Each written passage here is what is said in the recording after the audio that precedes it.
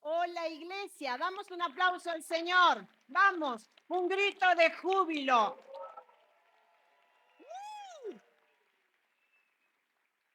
Él se merece toda nuestra honra y todo nuestro honor, no solamente cuando cantamos, no solamente cuando estamos escuchando una alabanza, sino cuando también estamos en nuestra casa, cuando estamos en nuestro trabajo, allí adoramos al Señor. Así que acostúmbrese siempre a alabar y adorar el nombre de Jesús. Amén. Gracias por estar aquí, bienvenidos a todos. Es un placer poder recibirlos nuevamente en esta casa, en la congregación Génesis. Bueno, hoy tenemos un tema que el Señor me inquietó en mi corazón. Verdaderamente es un tema en el cual necesita la iglesia de Cristo saber qué es lo que va a pasar con la misma iglesia, qué es lo que va a pasar con nosotros, porque la iglesia de Cristo eres tú, soy yo. Dile al que está al lado, eres tú la iglesia de Cristo. Tenemos que saber qué es lo que va a pasar con la iglesia de Cristo.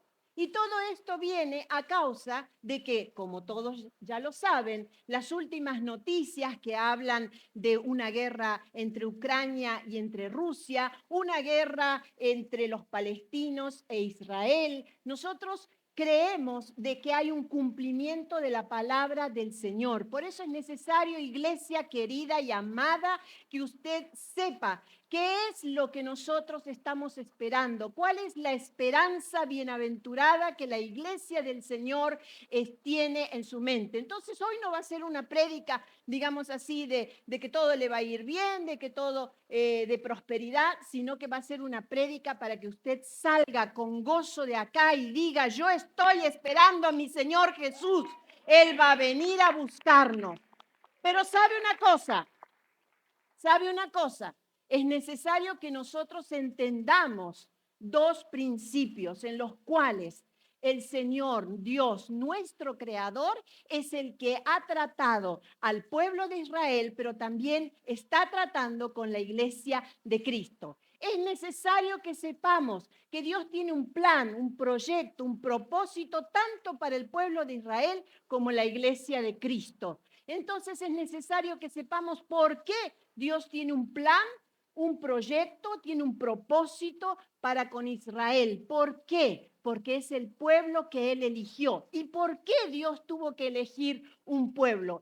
Realmente es necesario que tú y yo comprendamos que Dios eligió a la nación de Israel porque de ese pueblo y a través de ese pueblo Jesucristo iba a venir aquí a la tierra. Entonces necesitaba hacer como una preparación de la descendencia de un pueblo donde el Redentor del mundo iba a venir. Dios primeramente prometió un Mesías después de que se produjo la caída del hombre y la mujer a través del pecado allí en el huerto del Edén, pero Dios, el plan redentor era para que la relación entre la raza humana, entre el hombre, la mujer y Dios se vuelva una vez más a restituir. Por eso era necesario traer a Jesucristo como nuestro Señor y Salvador, y por eso Él prometió que el Mesías nacería justamente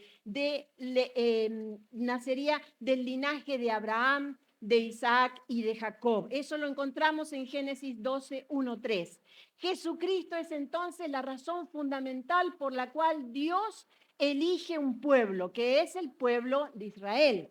Él decidió hacerlo de esa manera porque necesitaba preparar el corazón de ese pueblo, de ese linaje, para que Jesucristo venga y haga y cumpla el plan redentor. El deseo de Dios para con el pueblo de Israel, ¿saben cuál era? Que los mismos israelitas, al recibir al Mesías, ellos mismos puedan compartir las buenas noticias, puedan compartir el mensaje de Jesucristo como Señor y Salvador, el que restituye la unión entre la raza humana y Dios. Pero ¿saben qué pasó? Eso no sucedió. El pueblo de Israel no aceptó a Jesucristo. mismo el Señor les enseñó, les dio leyes para valores, para que ellos sepan cómo actuar, para conservarlos de todas las naciones paganas, incluso de idolatrías que tenían, y conservarlos en una línea pura y santa para que el Salvador nazca de ese pueblo. Pero sin embargo, ellos ni siquiera escucharon a los profetas, aquellos que hablaban al pueblo a través de sus vidas, el Dios hablaba a esos profetas, ellos no escucharon. Entonces, también el Señor los cuidó, los sustentó, los dirigió en todo momento, mas sin embargo, ellos no aceptaron a Jesucristo. ¿Por qué no aceptaron a Jesucristo? ¿Saben por qué? Porque ellos pensaron que el Mesías iba a venir en un palacio, iba a tal vez ser un príncipe, iba a tener lujos, iba a ser una gran persona, un rey. Y sin embargo, Jesucristo fue humilde, sencillo, nació en un establo, nació en medio de los animales. Pronto vamos a celebrar la Navidad, mis amigos, y necesitamos recordar que Jesucristo nació en un establo, que no fue un rey, no fue un príncipe, sino que en su humildad Él vino para dar su vida y para que nosotros tengamos salvación. Es entonces que el plan de la salvación es revelado a quienes, aquellos que no eran judíos, porque los religiosos no lo aceptaron, los religiosos se oponían. Entonces el plan de Dios dijo, bueno, ya que mi pueblo mismo no me aceptó, yo voy a ir con aquellos que no son dentro del pueblo de Israel. Y allí es cuando usted y yo entramos en acción, porque no somos judíos. No somos, salvo que haya alguno que su papá, su mamá tiene una descendencia. Nosotros no somos judíos, nosotros somos gentiles. El pueblo que el Señor adoptó, nos injertó en ese hermoso árbol donde nos da el amor, donde nos da su calidez, donde nos da su salvación. Así que gracias al Señor. Dígale, levante sus manos y diga, gracias Señor por elegirme. Gracias Señor porque nos elegiste. Gracias Señor porque tú también confiaste en nosotros. Entonces, el propósito que Dios tiene es también para un pueblo que no es judío, que somos nosotros. Y allí comienza lo que es la iglesia de Cristo. En Hechos 10:34 podemos ver con claridad que allí Pedro por primera vez está predicando a una familia que era Cornelio, que era un oficial romano, y que el Señor mismo le había mostrado a Pedro de qué manera el Evangelio se iba a extender también a los no judíos. Entonces, en Hechos, capítulo 10:34 dice, veo con claridad que Dios no muestra favoritismos y en cada nación Dios acepta a los que le temen y hacen lo correcto. ¿Por qué dijo esto? El Señor le había mostrado en visión una mesa con todos los animales, con todas clases de comidas. Y Pedro dijo, Dios le dice, come, mata y come. Y Pedro le dice, no, Señor, yo no puedo hacer esto porque yo soy del pueblo de Israel. Por 3 veces el Señor le dice, come, mata y come, y no llames impuro a lo que yo ya santifiqué. ¿Y saben por qué? Porque allí es cuando los ojos de Pedro se abren y dice, veo que el Señor ahora quiere establecer su reino en el pueblo gentil. Así que es allí por primera vez cuando él se dirige a la casa de Cornelio, que era un hombre justo, un hombre que había dado ofrenda, que había dado diezmo, que sus oraciones habían llegado al trono de la gracia, pero necesitaban tener la salvación de Jesucristo. Y Pedro se dirige justamente a la casa de Cornelio y es allí donde le da las buenas noticias de salvación de Jesucristo. ¿Y saben qué es lo que pasó? El Espíritu Santo cayó también en ellos. El Espíritu Santo que unas semanas anteriores había caído dentro de los 120 que estaban en ese aposento alto esperando la unción del Espíritu Santo, también llegó a los gentiles. Y es como hoy el Espíritu Santo llega a nuestras vidas para darnos sabiduría, para guiarnos. Así que ¿cuántos quieren y aman y anhelan y desean que el Espíritu Santo sea lo más importante en nuestras vidas? Amén, amén. Dale un aplauso al Señor.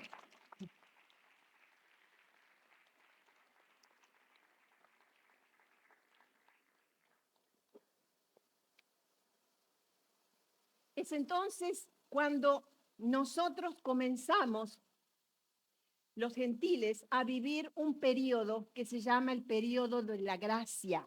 ¿Por qué se llama periodo de la gracia o tiempo de la gracia? Porque la salvación se recibe por gracia, es decir, es un regalo de parte de Dios. ¿Cómo lo recibimos a esa salvación? Creyendo en el Señor Jesucristo, que Él murió por nosotros y que Él perdonó nuestros pecados. Ahora, nosotros no tenemos que hacer ningún sacrificio porque Cristo ya lo hizo, porque Cristo fue ese sumo sacerdote, como dice en Hebreos 4, 14 al 16, donde dice, por tanto, teniendo un gran sumo sacerdote que traspasó los cielos, Jesús, el Hijo de Dios, retengamos nuestra profesión.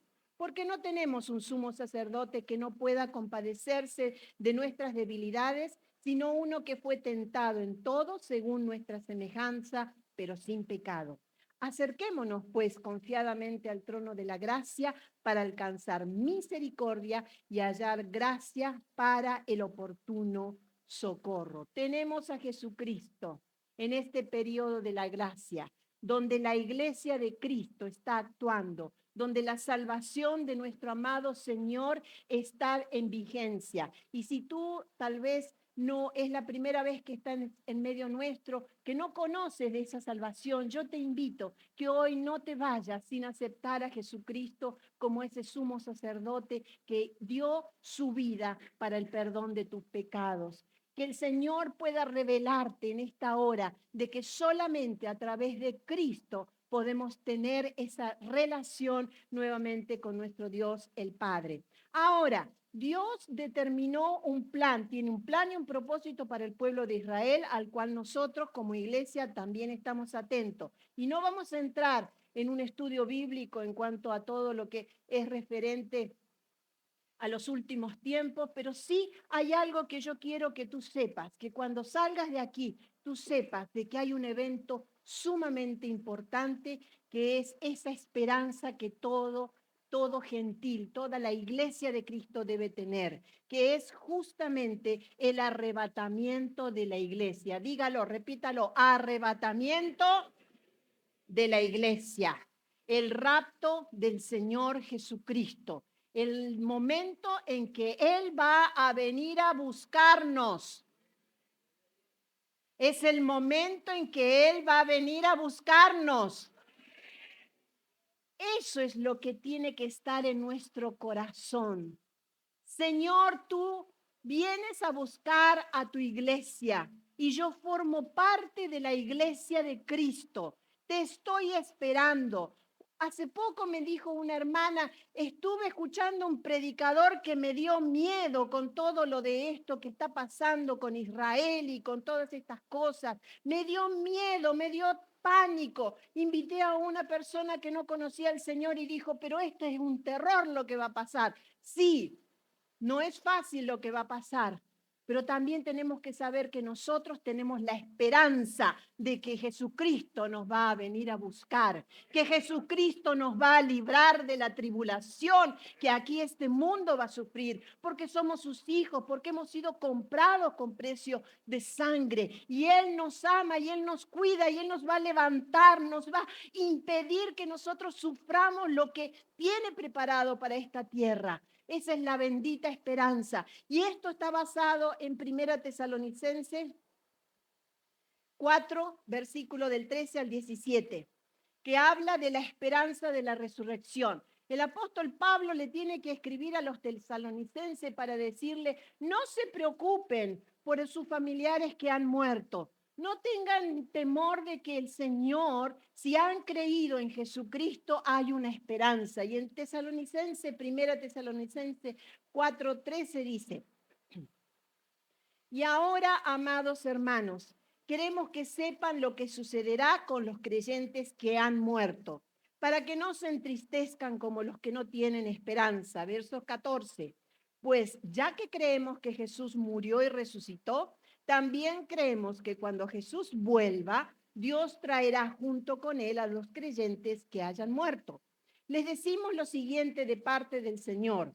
Nosotros, los que todavía estamos viviendo, cuando el Señor regrese, no nos encontraremos con Él antes de los que hayan muerto, pues el Señor mismo descenderá del cielo con un grito de mando, con voz de arcángel y con el llamado de trompeta de Dios. Primero los creyentes que han muerto se levantarán de sus tumbas. Luego, junto con ellos, nosotros, los que aún sigamos vivos sobre la tierra, seremos arrebatados. Seremos arrebatados en las nubes para encontrarnos con el Señor en el aire. Entonces estaremos con el Señor para siempre. Así que anímense unos a otros con estas palabras.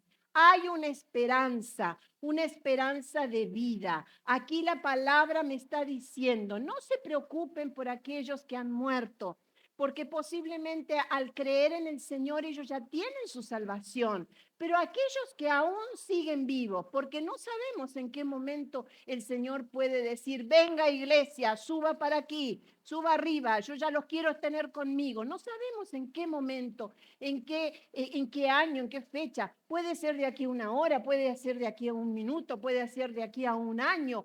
Pero esto no es para que nos pongamos tristes ni pongamos cara de miedo. Uy, no, es porque el Señor, solamente Dios sabe en qué momento esto va a ocurrir. Y aquí dice, los que han muerto van a resucitar primero. Mi papá, mi mamá, mi hermano, en el nombre de Jesús, que murió siendo salvo, va a resucitar. Y los que vivimos, porque si todavía nosotros no conocemos la muerte, dice que vamos a estar en vida, nos va a llevar el Señor. Ahora este va a ser un evento donde cada creyente será llevado al cielo de manera repentina y sobrenatural. No lo podemos explicar humanamente ni científicamente, sino que es un evento repentino y sobrenatural. ¿Por qué decimos esto? Porque seguramente, como no tiene una lógica, como no tiene una explicación humana, yo he escuchado a mi esposo y también a algunos otros pastores que dicen, la sociedad cuando ocurra esto, porque vamos a desaparecer, mis hermanos, vamos a desaparecer, dice que una persona va a estar trabajando con otra persona y una será tomada y la otra será dejada, así, directamente, con sus ropas, como sabemos ver a veces en una película, en las películas. Vamos a ser arrebatados. Nuestros niños, nuestros inocentes van a ser llevados con el Señor. Entonces dice la palabra, cuando eso suceda, la gente del mundo que no sabe las enseñanzas de la palabra de Dios van a decir, posiblemente vinieron los extraterrestres y los llevaron y ellos se desaparecieron. Posiblemente que tienen un virus, no sé, un virus X y que eso los hace desaparecer, porque esa es la explicación que ellos van a dar, porque el espíritu del anticristo les va a continuar cegando sus ojos y no van a creer de que es el cumplimiento de la palabra del Señor. Amén. Aquí me dice que Jesús no bajará a la tierra, porque aquí mismo me está diciendo que seremos arrebatados en las nubes para encontrarnos con el Señor en el aire. Entonces, el Señor bajará, descenderá del cielo y nosotros subiremos. Y allí en medio de las nubes nos encontraremos cara a cara con nuestro Señor Jesucristo. Mire si no es una esperanza por la cual nosotros debemos vivir cada día, cada momento, estar preparados y decir al Señor con gozo, con alegría, no con tristeza, no con temor. Ven, Señor, te estoy esperando. Quiero verte cara a cara. Quiero estar contigo. Quiero estar con ese cuerpo completamente transformado que eres tú el que me lo va a dar, según 1 Corintios 15, 51 y 52. El apóstol Pablo le habla a los corintios como confirmando lo que hemos hablado en 1 Tesalonicenses cuando dice, fíjense, versículo 51, fíjense bien en el misterio que voy a revelar. No todos moriremos, pero todos seremos transformados. En un instante, en un abrir y cerrar de ojos, al toque final de la trompeta, porque sonará una trompeta y los muertos resucitarán con un cuerpo incorruptible y nosotros seremos también transformados. Es decir, que este cuerpo que tanto lo cuidamos, que tanto sufre con nuestras enfermedades, cuando el Señor Jesús venga a buscar a la iglesia, dice que lo va a transformar.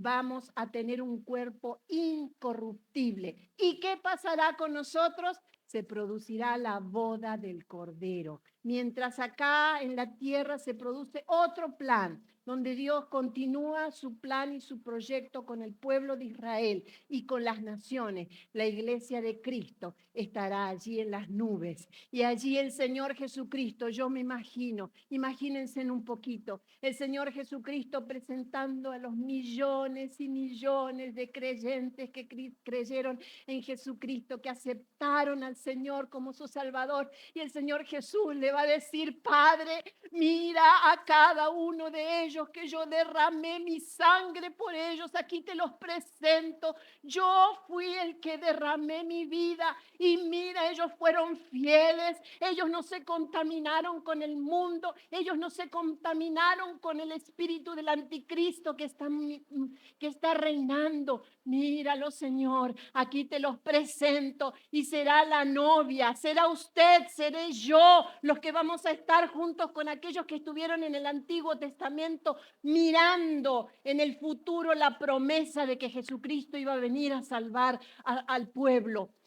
Estaremos todos allí en una gran boda que se llama la boda del Cordero, el Cordero es Jesucristo, y allí juntos celebraremos. Y dice, yo no sé cómo va a ser, miren, no me imagino si será una gran mesa larga como el concepto humano que tenemos, pero yo sí sé que estaremos cara a cara viendo a Jesucristo, nuestro amado Señor y Salvador. O sea, mi querido, vale la pena continuar siendo completamente apartado del mundo para seguir a Cristo como nuestro Señor, porque hay una esperanza. Veré cara a cara a aquel Redentor, aquel que me dio su vida para salvarme. Dale un aplauso al Señor, dale un gloria al Señor, dale un aleluya a Jesucristo.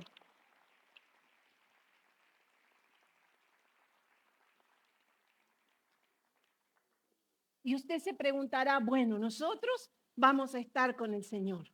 ¿Qué pasará aquí? Bueno, hay una serie de eventos que se van a realizar y que es materia de estudio de Daniel y Apocalipsis, los libros de Daniel y Apocalipsis. Pero aquí, el plan que Dios tiene para con el pueblo de Israel, que es salvar a esa nación, lo va a cumplir el Señor. Tal vez vamos a ver que nosotros, al estar en la presencia del Señor, incluso no vamos a vivir lo que esta tierra va a vivir, lo que las naciones, lo que el hombre, al no aceptar a Jesucristo. El Espíritu Santo dice que no va a estar cuando la iglesia ha sido llevada, el Espíritu Santo no estará más aquí. Y usted va si acepta a Jesucristo, si usted ha conocido del Señor Jesús para tener la seguridad de que usted es salvo, va a tener que darlo con su vida, porque el Espíritu Santo ya no mora más en la tierra.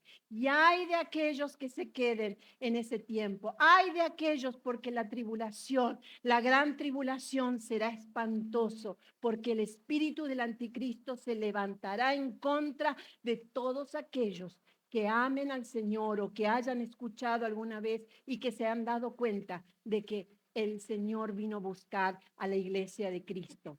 Mis queridos amigos, mis queridos hermanos, simplemente tengamos esto en nuestra mente, guardémoslo en nuestro corazón y meditemos.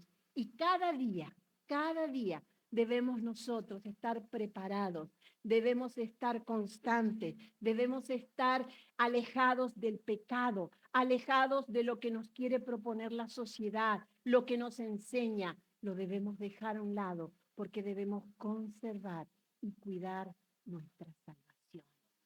Debemos ser limpios, puros. El Señor va a venir a buscar a un hombre y a una mujer que se ha mantenido en integridad, que se ha mantenido en limpieza, en pureza, porque todos constituimos, somos parte de la iglesia que Él va a venir a buscar. Por eso la parábola de las 10 vírgenes, esa parábola que el Señor Jesucristo dijo, en la cual cuando había una boda en el pueblo de Israel, había vírgenes que se estaban preparando, había mujeres, había jovencitas que estaban preparando y esperando porque en algún momento el novio junto con, por lo que digamos, con sus amigos iban a pasar a buscar a la novia, pero se tardaba el novio. Entonces dice que esas vírgenes, esas jovencitas, eran 10 de las cuales 5 mantuvieron aceite en sus lámparas para que no se apagara. Y las otras 5 no tomaron ese aceite para mantener la luz de la lámpara. ¿Y saben qué pasó? Se escucha, ahí viene el novio, ahí viene el novio. Y las 5 que tenían sus lámparas con ese aceite, allí alumbraron y se prepararon. Y las otras 5 dijeron, no nos queda aceite, ¿qué vamos a hacer? Ya está por venir el novio. Y dice, denos a nosotros, compartan. No, salgan ustedes y busquen. Esa es una parábola que el Señor Jesucristo nos dejó para indicarnos que en todo momento y en todo tiempo nosotros debemos estar preparados porque el novio puede aparecer, porque Jesucristo puede bajar a descender aquí para llevar a su iglesia. Cada día, en cada momento, usted esté en comunión con el Señor. Mantenga el Espíritu Santo, esa lámpara donde el Espíritu Santo sea el que lo mantiene, el que lo dirige, el que lo guía, el que lo sustenta, el que los está dando la seguridad, la seguridad de que usted es un hijo de Dios. Siempre, siempre recuerde, Jesucristo puede venir esta noche, puede venir mañana, puede venir de aquí 1 año, 2 años, 10 años, no lo sabemos, pero nosotros mantengamos esta esperanza. Jesús quiere salvar tu vida. Jesús quiere que no te pierdas.